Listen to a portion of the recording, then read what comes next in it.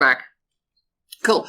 So I was given, thankfully, the red note slot and absolutely no information on what to present here. And originally what I thought was, with this being a B-sides and it's quite a range of audience, I'll try and do something quite upbeat and talk about students breaking into the industry and ways of thinking about penetration testing, red teaming, all of that kind of thing. Do a really upbeat talk. That didn't work out very well at all. I tried to write some notes being upbeat about cybersecurity, but computers are awful. Seems to be a running theme throughout my career, as we'll see, and I have photographic evidence of in just a second. But that was my intention, if I don't quite pull this off. I also was looking online trying to find some content around, like, how do you write a good talk and how do you do, like, a good presentation? Like, because keynotes are supposed to be special. And I have no idea what I'm doing here. The only information I could find out was that it'd be graded on style, control, damage, and aggression, which I think I was looking in the wrong area for that, but we'll see how aggressive I get throughout this presentation. The more computers infuriate me as we get through. For people who haven't seen me before and haven't spoken to me, my name is Holly Gressel. I break into computers for a living. I do penetration testing, so physical security, cybersecurity, all of that kind of stuff. Pretty strictly on the offensive side, so I'm in the wonderful team that's like hack the things and then go, oh man, that's really broken. See you next time. So we'll be talking about offensive stuff and breaking things throughout the day. And please feel free to follow me on LinkedIn or Twitter or what is your chosen social media, especially if you have questions at the end that either we run out of time for or you don't want to ask in front of the group. Please feel free to fire questions at me over social media. That's no problem as well. Because I do feel that when I finish talking, Andy's probably immediately going to take the stage and I won't have any time for questions. If your question is, can I have a fox? The answer is yes. Inexplicably surrounded by foxes. If you haven't seen the foxes on social media, I'm in charge of the marketing budget. That's the only explanation you need. So, if you would like a fox, you can have a fox, but you'd have to be very quick because there is a small number in the backpack that has no content other than foxes in it. So I've got some with me for those who would like one. So I started trying to do this presentation. I started trying to be upbeat and thinking, who have we got in the audience? We've got some students, right? Let's inspire them to get into cybersecurity and the correct job, which is obviously pen testing. We've got some people who work in blue team. We'll try and give them a shoulder to cry. I'm getting some shakes already. A shoulder to cry on in terms of, I know it's not your fault. You try really hard with cybersecurity. It's the damn users. Try and give them something to go for. And then also for the pen testers in the room, you're probably just going to nod a lot at me and go, yes, it is this, but no, nobody ever believes me. So when I was coming up with this presentation, I titled it something that wouldn't get me in trouble. I had to change the title because the first draft would get me in trouble. So this presentation is titled, It's Not All Leet Hacks. What I basically want to talk to you about is pretty much how much of my job is, to some degree, very, very simple things. Breaking into major organizations can be very, very simple things.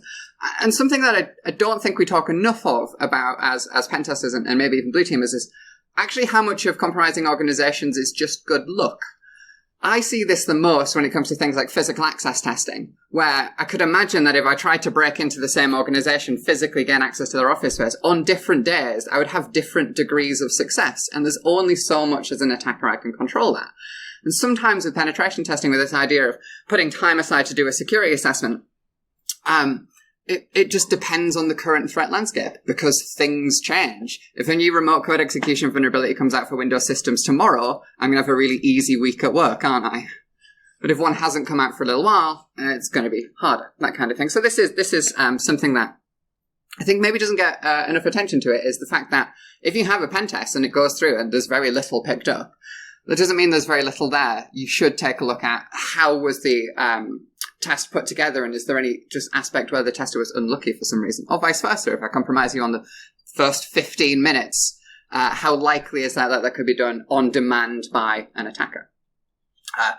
Really simple example, just to get the point across of what I mean here, is if I do a password audit of all your user passwords, they might be all very good today, and then you hire a new person, they come in tomorrow and set password 1 as their password. It's that kind of thing that I'm talking about when I say look. I don't mean like I'm a gambler. I'm just like, the threat landscape changes over time. Your organization's stance will change over time. Anyway, starting to get to the part that makes me really angry. Yesterday, I was in Milton Keynes. I was down in a big warehouse for a few hours at a vehicle parts manufacturer, just hanging around down there. I wasn't even doing my job. I needed some vehicle parts. That was why I was at a vehicle parts manufacturer's warehouse. And as I was standing there, I spent a long, long time in their warehouse. They basically just, I pressed the button to get into reception. I said, "Hi, I'm Holly." They said, "Okay, great, come on in." They put me in a meeting room. They left me in that meeting room unattended for 3 hours. Not actually verifying who I was or why I was there or something. And okay, great, there's an appointment in my name, but it's not great in terms of verification. And I spent 3 hours just furiously staring at this computer that I've had to black out. But this is not sometimes users do dumb things and people write passwords on Post-it notes. This was yesterday as I am preparing the slides for this presentation. So a degree of it is things like that. And it could be if you as an organization have procured a pen test, you're getting a cybersecurity expert to come in and take a look at hacking your organization. And we are, for example, looking at external threats. We're trying to see if we can compromise your organization from the internet, trying to crack Microsoft 365 passwords and things like that. You might have a hard time doing that. You might have something like brute force protection that makes that kind of thing very difficult. But then there's a password on a Post-it note on a desk.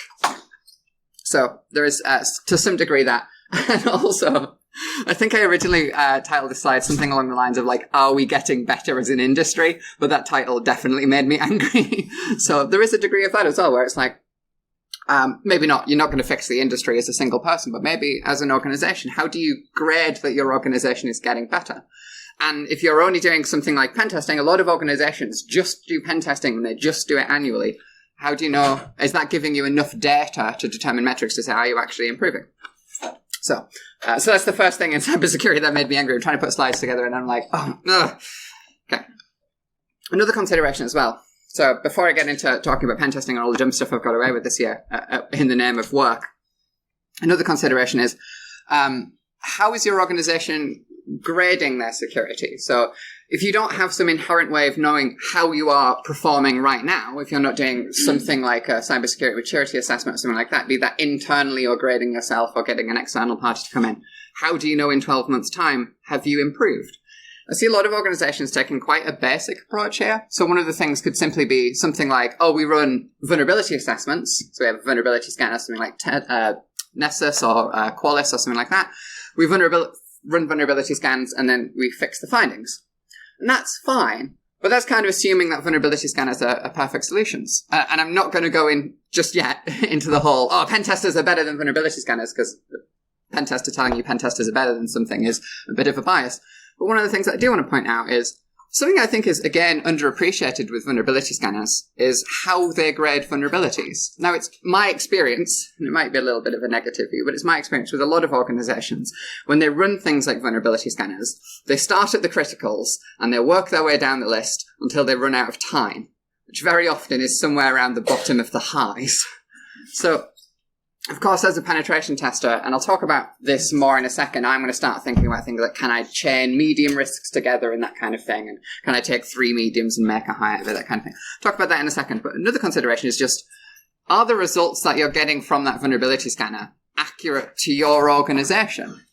Are they accurate at all? So there's a couple of considerations here. One, of course, is your organizational's context. We'll talk about that in a second. But just specifically, is the risk rating associated with that vulnerability correct? So one of the things to consider is most vulnerability scanners, when a vulnerability is identified, they grade that vulnerability in isolation. They grade it as if that is the only vulnerability you have. What would its risk rating be? And it might be the case that there's other vulnerabilities that can be used together to cause chaining vulnerabilities can cause a higher risk. But also there's another aspect to it that I don't think a lot of people talk about. And sometimes it might be the person who makes the scanner's frustration that, why haven't you fixed this yet? And I have a good example of this, and it's anything like SSL version 2, SSL version 3.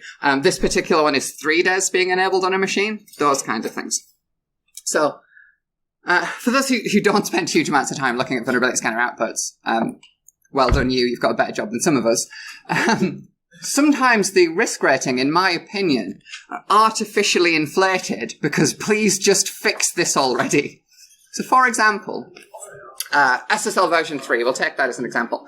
A lot of vulnerability scanners now are flagging SSL version 3 being enabled as a high-risk vulnerability, quite possibly just to get it up high enough so that if you are one of those organizations where you fix all the criticals and you fix all the highs and you run out of time, money, or other resources, you actually fix it. Because when was SSL version 2 deprecated? Like 2011? When was SSL version 3 deprecated? Like 2015? Something like that, off the top of my head. So sometimes you get issues like this where it isn't actually necessarily a high. Now, to be specific, I'm not saying that you're fine if you've got SSL version 3 running, but I would go as far as saying something like, if I found 3 DES, for example, this screenshot example being enabled on one of your systems, is that likely to get me a foothold into your organization? Probably not. It's definitely something that we can compromise, and there's other encryption issues like RC4 being enabled and things like that that are easier to exploit. Is it likely to actually lead to a machine being compromised? Probably not. Or if it is, it's going to be a lot of work on the part of the attacker. The attacker has to be positioned. They have to be there during a login or something so they can steal credentials, those kinds of things. But another couple of examples that I think any pen tester will be familiar with would be something like these two. So this is a medium and an informational risk. For those that are unfamiliar, SMB signing not being required. This is a default configuration in Windows where file transfer traffic, SMB traffic on Windows machines is not protected against modification in transit by default. And you can do some really cool things with this. You could do SMB relay attacks, which, if you're having a good day, if you're having a lucky day, that could lead to code execution on a box. So if I gain physical access to somebody's office space, I plug into the network, I see that they have this default configuration, that could lead me to compromising a box. So sometimes those gradings are, as I say, in isolation, not taking the wider business context or the other vulnerabilities into account. And sometimes they're just kind of wrong because they're like, hey, fix this already. So it's a consideration to have. Cool. So that's enough kind of preamble around like, hey, we might not be doing so great as an industry because, yes, I do keep finding 3 DES on pen tests and you should have fixed that by now. And yes, I do keep finding SSL version 3. Another thing to bear in mind when it comes to security assessments in general, but I'm, again, talking from the pen testing offensive security point of view, is the perspective the assessment is performed from. And there's a lot of different ways that you can put together an assessment. One of the things to bear in mind with these kind of point-in-time assessments, if you get a pen tester in to do a security assessment of your organization, it will be very representative of the starting point of the assessor. So, for example, if the starting point is you invite me into your office and I plug a network port into the network and then I see what I can get to and I do all of the standard methodology, username enumeration, user compromise, privilege escalation, that kind of thing. That will be representative of somebody walking into your office and plugging a network device in. That can be a genuine risk, depending on how secure your physical office space is. For guests, visitors, and contractors, they might mess with your stuff, and that will give you an understanding of how far they would be able to go if they did that. But then if you consider something like, well, all of our staff work from home, and the more likely position of an attacker getting a foothold would be something like phishing an end user and compromising an end user device and then coming over the VPN. Great. That could be a legitimate risk for your organization. But that assessment of me coming in and plugging into the network is not going to be representative of that. So the reason that I added the slide in here is it seems that post-COVID, the amount of travel that I do is significantly reduced. I used to do a huge amount of travel, like something like 40% of my time. I would be going to customer sites and doing internal infrastructure assessments. So either plugging into a network and seeing how far I can go, or they'd give me a staff member device and I'd do a desktop breakout and then see how far I can go. And these days, organizations are saying, oh no, all of our staff work from home, or at least at some point work remotely, so let's do that kind of perspective. And that's fine. But it is a very different assessment, and that report is only going to be representative of that perspective that we do. Also, just another thing I'm noticing, I don't know if any of the other pen testers are, companies paying a lot less attention to things like the security of their wireless networks. They're way more bothered about perimeter risks and VPN compromise and cloud services and those kinds of things. So it's just another thing. I think there's a running theme throughout the back half of this presentation where, as defense people, as blue teamers, we need to think about our own bias and what are we paying a lot of attention to and what might be missed. A good, silly example of that, one of the companies I work with, their head of IT is a former software developer. So he actually started with the company like 10, 12 years ago as a software developer, worked his way up, he's now the head of IT. So all he spends his time thinking about is like software packages, secure development life cycles, and those kinds of things. And every time I go in, I compromise them through something like lack of system hardening or something that's just outside of his perspective. So that's the thing to bear in mind as well. You can address it in the same kind of way as I mentioned earlier. If you're doing things like maturity assessments and taking a look at how well are you across the board for security, you can identify it in those kinds of ways. But I wanted to point that out because I think it's the kind of thing that we're not always conscious of our own bias. So something to think about. Another really annoying thing, and this happens way too much, and this is just in here because it annoys me and I want to talk about it in public, is whenever I do these remote kind of assessments, they're like, oh, we'll give you a VPN account, and then you can see how far you can go from the VPN account. There's always some kerfuffle over how are they going to send me credentials, and it's always like, oh, we're going to encrypt them and then print them out of a dot matrix and attach it to a pigeon, and there's this whole, like, thing. And then later down the line, I find that they've just got like a ticket management system, or they're just emailing passwords to users or something. And it's like, they send it to me securely, but none of their other processes are secure. Or they go, I had one. Oh, it's wonderful. And thank you to the help desk worker who helped me through this process last week. Company set a user account up for me to do this over the VPN type assessments. And the guy rang me up, he's like, oh, I've got this password for you. And he obviously hadn't like opened the email before he rang me, because I could just hear him like audibly sigh when he opened the email, and the password looked like this. He's like, I'm going to read it out over the phone. But the best part of it was the guy didn't know the phonetic alphabet. So he's like, sugar, Eddie, foxes. I got to speak to him an hour later, and I thanked him profusely. The reason I got to speak to him was he didn't give it to me correctly. So we get this kind of thing. We do an assessment over a VPN or something. The assumption is, a VPN account or a user end user device has been compromised, and then we're assessing into the organization to see how far we can go. And then I get in and I guess a domain admin password or a local admin password or something, and it looks like this. This is like half of my life. And one of the things to bear in mind with presentations like this is I'm not saying that like I'm fully compromising organizations through really dumb stuff. I'm just saying on pretty much every pen test I do, there is something dumb. There's something silly. And I think very often those things get missed. Another interpretation could be simply that, well, that's the reason that we test, isn't it? It's the reason that we perform these kind of assessments, because we want to find the dumb stuff, and that's fine. But yeah, how you handle those things is really important. So when it comes to penetration testing, certainly infrastructure testing, that kind of thing. Well, actually, I should say, whilst I call it dumb, and I might write not nice things in your penetration testing report, like this organization puts the fun into fundamental security flaw. We are all on the same team, remember? So when I say that's the point of pen testing, that's the reason we do it, is to find these silly things so we can remediate them. We're all on the same team. We're all trying to make the organization more secure. So don't worry too much. But yeah, it is a little bit of a thing at the moment where I'm spending a huge amount of time trying to kind of get in the head of the customer and understand where is their bias and what are the things that they might have missed. And I've had some huge successes through that recently, just by looking in areas that they might have missed. Huge successes just doing dumb things like compromising just any domain user and then scanning all of the network shares and just seeing what are on network shares that are exposed. And I think very often penetration testers are focused quite strongly on their methodology, and I think there's maybe some pen testers out there who are focused very strongly on get domain admin as soon as possible and then I can chill out. I think definitely when I was like a newer pen tester, that was something that I wanted to do. It's like you don't consider you've won until you get DA, and then as soon as you get DA, like, okay, I can chill out now. But one of the things there is like there's a lot of stuff that gets missed. I was working for an organization. I talked about this in my last presentation, actually. I was working for an organization. I compromised a member of the finance team because they had finance one as their password, scanned all of the network shares, and then I just found a share that was exposed. It was called something, no doubt there'll be a screenshot in a second. It was called something like HR/ID documents, and it's just like passports and driving licenses and things like that.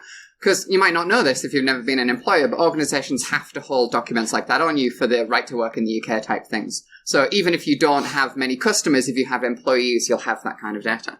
And that, I think that kind of thing often gets missed in pen tests, where we're trying to focus either on just get to DA as soon as possible and then chill out, or we're trying to focus on things like the technical attacks, the cool attacks. You want to do stuff like hypervisor breakouts and stuff like that, and you don't want to write a pen test that says, I guessed the word finance and then found a load of passports. But the truth is, it's still risk. So, yeah, so a lot of what I've been trying to do at the moment is looking at organizations and trying to find out what is the kind of thing might they have missed, and then demonstrate that to them. And it's leading to this really wonderful thing at the moment where my last few penetration tests have led people to like, that's not supposed to be possible. Because a lot of this stuff, and this is one of the things I wanted to include for the students, is a lot of pen testing, although you might see people talking online about exploiting buffer overflows and evading antivirus and that kind of thing, a lot of cybersecurity work isn't that complicated. It's just thinking about a system in an interesting way. We're trying to find a logic flaw in a system and get somewhere. One more thing before I give some examples of more dumb stuff that I found is I quite often complain when I do presentations, and no doubt other pen testers, when you talk to them, complain about scope-restricted pen tests as well. So I'll bring up my definition for what I consider a pen test and distinguish it between vulnerability scanning and red teaming in just a second. But one of the things that quite often happens is we go to work for an organization, and what we want as pen testers, because we're nerds and we want to hack things, is they just say, come on in, everything is in scope, hack anything that you want to, and then we'll go and do the fun thing. as opposed to like what it actually is the assessment we're trying to do here. What is it that they want us to emulate if we're doing a red team engagement, or what is the threats and risks that they're worried about, and can we demonstrate those? Excuse me. But some of the organizations we do work with, we get there and they're like, we want you to just test this one web application and we're not going to supply you credentials. So then you log in and your scope for the week is that. You're like, oh, this web application is a login interface.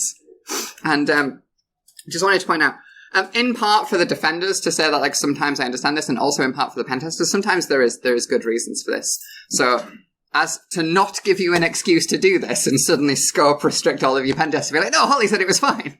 Nothing is in scope. There's a couple of reasons that organizations might scope restrict things, and one of them is fine, and one of them is definitely not. The one that is definitely not is where the organization knows or suspects that there will be security vulnerabilities there, and for example, maybe they're mandated to perform the security assessment. So that might not be like a compliance thing or something like that, but maybe a third party is telling them. Worked with an organization recently, they'd just been acquired. As part of that acquired process, the acquisition, they were told to get a pen test. So the scope for that was just like, this one filing cabinet drawer and nothing else, because they didn't want anything to be found.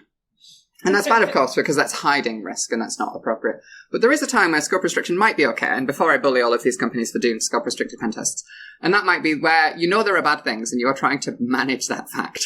So feel for the sorry CISO who's walked into an organization, he's just got there, he's been there like a week, he books a pen test and he's like, this is going to go horrendously. And what they're worried about is something like us coming in, being open scope, hack anything we want to, getting a 300-page report and saying, there you go, and that is an unmanageable amount of information for them to deal with. So it could be okay if your intention as an organization is, well, we need to start somewhere, so we'll take a risk-based approach, and maybe you'll start with internet-facing risks first from an unauthenticated perspective, and then you walk back to things like internal and insider threat and those kinds of things. So it's fine in those cases. But yeah, sometimes I get frustrated when we do scope restricted assessments. I had a very, very interesting assessment recently with an organization where the conversation was interesting. They rang me up originally and they said, we're going to do an internal infrastructure assessment. And I was like, okay, cool. Post-COVID, a lot of these were just running remotely now. Do you want us to come to your office, or do you want us to do it with VPN? Like, what is the perspective of the assessment? And they were like, no, you need to come to our office. Like, okay, that's fine. Some organizations out there, when you're a pen tester and they're paying like a lot of money for a pen test, they just want to be able to like point at you. And like, when the IT director comes in, they're like, that person, that's where the budget has gone. That's fine, I can do that. Or sometimes it just be, I worked with a logistics company recently, actually. One of their team was just like really into cybersecurity, but he was right at the beginning of his career. So they wanted me to come into their office, so he had like opportunity to nerd out with a cybersecurity person as opposed to just like a bunch of normal IT people. Ones with like hobbies and things they do outside of their day job. As opposed to us, who are going to watch me talk and then go lockpicking or do the battle bots, you nerds. So they're adamant they wanted me in their office, and that's fine. And we start asking through the normal questions. What's the reason for this assessment? Is it mandated by a third party, or is it something you do for best practice? That's a cheeky question trying to work out, is there a requirement that you are trying to meet and you're trying to come underneath it kind of thing? So asking through those normal questions. And it turned out one of the things that they were very, very adamant about was they wanted us to come on site because they had a system, like a network access control type system, where if you plug into a network port in their office, it puts you on a guest VLAN, and then you have to be approved by the IT team to move over to like what they call the corporate VLAN kind of thing. And that was the focus of the assessment. That was what they wanted to demonstrate. And it seems to be something had happened, such as a member of the team had plugged in an unauthorized device that had freaked them out. They spent loads of time. They'd paid a company to come in and implement this access control system where you get stuck on this guest VLAN. That makes sense. And I also got the impression that it wasn't like a data breach. They're not like hiding a breach. It's just like a member of staff plugged a laptop in and out to go on Facebook on their personal device or something. They didn't want that to be possible, so they paid a company to come in and prevent that. So I went all the way down there, and I don't know if it's just me or if it's just because I live in the wrong place or something, but I live near Preston, and all of the companies that are like, no, you definitely have to come on site are in like Kent. So gonna try and spend like most of the day on the train going all the way to Kent, and I'm trying to think like, for anyone who's come across like properly implemented network access control before, where it's done well, you know how that assessment's going to go. I'm going to plug my laptop in, I'm going to get access to absolutely nothing, I'm going to sit there all day and be like, well, it works. And whilst that might be a good assessment for that organization because they had a risk and they've addressed that risk, it's a boring day for me. And actually turns out that I walked down to their office, I plugged my laptop in, immediately gained access to all corporate resources in within about 15 minutes as a domain admin. And then I had like echoes of this phone call of the guy going, you get put on the guest VLAN and then you have to be approved to go onto the corporate VLAN. VLANs are not security boundaries. So I think this is one of the problems with terminology, isn't it? Sometimes when we hear VLAN, we assume there is like a firewall in between it kind of thing. No, just into VLAN routing. You plug into the guest VLAN. Yeah, you're in a different subnet, but you can still reach everything. So that was an interesting engagement. I don't really write, you put the fun into fundamental security flaw in reports, by the way. That would make people upset. But this was a difficult one to write where I'm like, this is a pretty big flaw. Like, this thing just doesn't work. I didn't actually do any hacking here. There just wasn't a protection in place. So I wrote this instead. There was a lack of network segmentation between guest and corporate network. With discussions with the IT team, it was determined that network filtering should have been in place, but testing demonstrated that it was likely misconfigured. This is me politely saying, like... Likely. Yeah. Because, of course, I don't know, in actuality, what is the backstory there. It could be that they paid an MSP a lot of money to come in and do actual network access control, and they just didn't. It could be that they implemented it and it worked well, but it was currently disabled for some reason. Maybe they're testing something or something like that. It was disabled. Or it could just be that we have this kind of common use of the word VLAN and they said, hey, put some VLANs in, and a network engineer came in and put some VLANs in. And as far as the specification's concerned, he's done a good job. They asked for the wrong thing. So I don't know what it was, but this is a funny thing. And this is what I'm talking about when I talk about, like, silly things happen on pen tests. A more common example, because I don't think many people are going to be lucky enough to go to an organization, plug in and just be like, oh, my dear, especially if network segmentation is in place. I do find this kind of thing quite frequently, though. And what I actually find is where organizations have devices that are on the guest Wi-Fi network and physically plugged into the corporate network. So at some point in that device's life, it is connected to the guest Wi-Fi, it's remembered those credentials and automatically connects when it comes into range, and then they dock their laptop on their desk and it's physically cabled into corporate. Whole bunch of ways you can fix that. So if there's any network engineers in the room like, that should never happen. I know, host isolation, that's a thing that exists. So this is a risk that worries you. Host isolation is a good thing. You should have that on your guest Wi-Fi. And also through group policy, you can do, you can prevent devices being multi-homed. You can prevent them having more than one active network connection. So there's ways you can fix it. But that's a thing I find all the time at the moment. I mean, I'm specifically looking for it now because it's good fun. And when I talk to those organizations, very often they'll say things like, the previous pen tester never found this. And that isn't because, like, oh, I'm the best pen tester, pay for us next year, we'll come back, we'll do more cool stuff. And like I said, it goes right back to the beginning of what was the perspective of the assessment? When the pen tester came in, what did you tell them the kind of assessment was? What are they optimizing for? So that's an important characteristic. I mean, there's also just like, was the Wi-Fi even in scope last year? Was the Wi-Fi brand new? Is that why the last guy didn't find it? So there's those things as well. But yeah, I am finding that an awful lot at the moment. And whilst it's a lot more work because I still have to compromise an end user device and then pivot across that end user device into the internal network, yeah, it's still a pretty dumb thing. So that is my current this year most like interesting pen test in terms of like, I think this assessment's going to be terrible. I get there and I'm like, oh, I'm done. This is easy. Aside from an organization where I went to, and I've got a slide for this in a second, but I went there and I was having a really hard time because I don't know if they're secure all the time or if they do that really annoying thing where the day before the pen test, they install all the patches and then they don't do any patch management for the next year. That's another problem with pen testing. It's a time-boxed assessment. I don't know if they were doing that, but they had like all of the patches were installed. Everything was pretty good. I was having a really tough time. And then I ended up just like kind of clutching at straws, launching a brute force attack, because they have a common weakness that I'll bring up on the slides in a second, where a significant, if not all networks that I go to, I can actually perform brute force attacks for Windows-based networks with Active Directory. And what this comes from is people will configure brute force protection on Windows accounts, on Active Directory accounts, but then not understand how brute force protection actually works. One of the things, there's an aspect called the observation window. And what that means is how many password attempts have to occur within what period of time before the account is locked out. So the most common, it's Microsoft's suggested setting, is 5 password attempts within 30 minutes. So that's a pretty common setting. I think that's maybe the most common without checking all the data that I come across. But to me as a pen tester, that means I can do 4 password attempts every half an hour per user account, or 192 a day, which is quite a lot, especially if you've got like thousands and thousands of user accounts. So anyway, sitting in this office like, well, they've done all the patches, everything's locked down, they've got a new firewall, it's been assessed, there's not really a lot to go at here. I just started a brute force attack. Kind of just like, well, if I can get somewhere, it's better than here. And also, it's one of those really annoying customers that I'm sure any pen testers in the room get, where like every 3 hours they come over and they go, how's it going? What have you got into? And one of the reasons that's annoying, if you're a customer of pen testers, if you're blue team and you do that, the reason that's annoying. I understand it from your point of view because you want to keep an eye on like how things are going and if there's any risks. Like if I find a critical straight away, you want to know about it so you can start planning to risk. I understand it. But the problem is the first part of a pen test is like network mapping, username enumeration, understanding the domain. Not a lot happens for the first few hours in a lot of cases. Assuming you've done any system hardening, otherwise the first 20 minutes is I'm a domain admin, but for most well-configured accounts.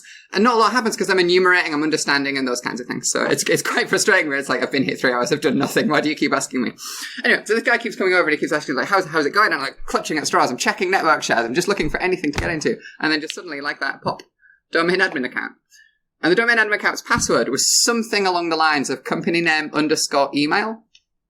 And immediately, like, going into the IT manager's office, like, aha, I'm done! No. But I've compromised this password and I told them about it. And they were very, very confused because, of course, passwords is something that they'd considered for a long time. And it turned out that the password had been configured by a service provider. So they had an MSP and the MSP had made that choice. And there was something like the password was last set like 2015 or something. So it's just like an account that's been around for a while, but it got missed, that kind of thing. So yeah, again, it's a dumb thing. I'm not saying you're going to have domain admin passwords out there that are weak, but you've probably got some domain users that have got dumb stuff. It's probably not password 1, but it might be company name _password or something silly. But how is a pen tester going to find that? Is the methodology your pen tester is using during your engagement appropriate to find those kind of risks? Or if you're not doing it during pen testing, are you doing it through some other mechanism like password audits, those kinds of things? So yeah, a lot of that stuff gets missed, especially where you're pushing your pen testers towards doing cool stuff, looking for 0 days and all that kind of stuff, and the basics get missed. Anyway, I'll close out on this because I've been talking for about half an hour now, and just a few things that I see all the time. So these are common risks that I consider a bit silly, and very often when I write the pen test report, it's like, hey, here's dumb stuff that we found. Multi-home devices or lack of host isolation, where we connect to a network and we can access resources that we shouldn't be able to. This can be really bad. In that example I spoke of that company where I plugged into network, it's a flat network, it can access everything. Or more likely, it's going to be something like there are devices out there that are connected to the guest Wi-Fi and the corporate network physically with a cable, and we can jump between the two. That is a segmentation break. It's going to be things like insecure protocols. I mentioned this at the beginning, stuff like SMB signing not being enforced, or it's going to be weak service permissions, those kinds of things. Really, really easy local privilege escalation vulnerabilities on Windows devices. I find these all the time. Cache domain creds, that's a really big one, in fact, where we compromise one domain device and then there's like 10 passwords cached for people who have previously logged into it. Cracking cache credentials, Windows credentials, is really hard, but if they're cached, I'm going to pull them and see what I can do with it. I mentioned that brute force thing a second ago, and this is that screenshot that I said was coming up. If you set a threshold for account lockout, it'll pop up like this, and it says, suggested value change. Because the value of the account lockout threshold is now 5 invalid attempts, we're going to enable this, and it's the bottom one. Reset account lockout counter after, and it sets it to 30 minutes as the suggested setting. That's that I can do 4 password attempts every half an hour per user account. So 192 password attempts per day per user account. And there's no reason why you only have to run it for 1 day, right? You just keep running it and running it. If I'm on site all week, I'll run it all week and see what I get. And then the last thing in terms of just like dumb stuff that I find is where an organization has put in some kind of restriction, but then hasn't actually tested that restriction is in any way effective. So that is, again, a hat tip to that one earlier where you plug into the network and you just access everything. Like, hey, nobody actually ever tested this after you implemented it. But another example would be here. I see this a lot on things like Citrix environments and restricted desktops, where you access the end user's machine, you go to open a command line or something like that, and they say, oh, you can't access the command line because it's been restricted by your administrator, and then you type PowerShell and that opens instead. It's one of those, like, I see this all the time.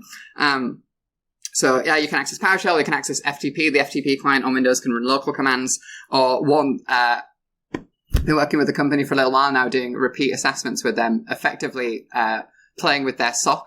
When I mean playing with their SOC, is like we try a bunch of capabilities, they see how well they detect it, that kind of thing, doing that kind of stuff. So not a full-on red team, but more like a atomic red teaming, where we're just seeing like, hey, how well is their monitoring implemented? And now I've started doing things like writing Visual Basic scripts and using WMI and all kinds of things because they've got monitoring in place for CMD and PowerShell and those kinds of things.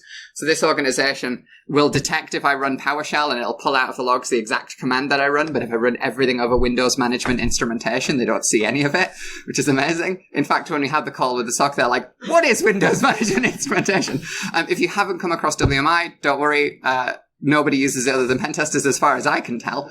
But it's been around forever. It's been around since like Windows 2000, and it's for remote instrumentation of Windows devices. So you can do things like ask a Windows device which patches it has installed. Useful for systems administrators, also useful for me trying to find missing patches. You can ask it things like, to access the Net API for logging into accounts remotely, executing commands remotely, all kinds of things.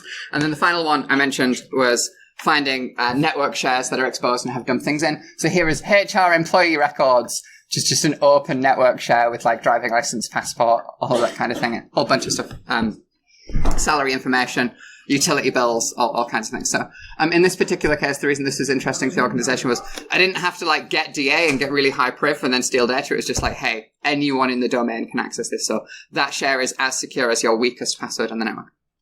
And that's it. So hopefully, in terms of style damage and aggression, as we open this presentation, I've not been too bad for that. But yeah, a lot of the stuff, I think sometimes as pen testers, we want to go in and we want to do the really, really cool stuff because we're geeks and we want to do like hypervisor breakouts and antivirus evasion, stuff like that.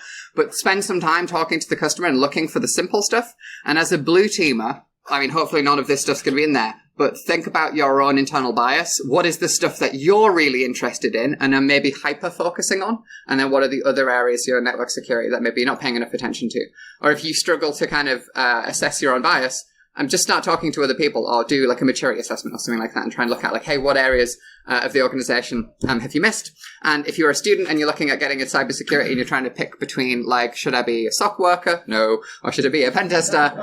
You get to write cool stuff in reports and be like, I am assuming that this is not functioning correctly. And try and be really polite while saying, yeah, your network's on fire. And that's it. Thank you very much.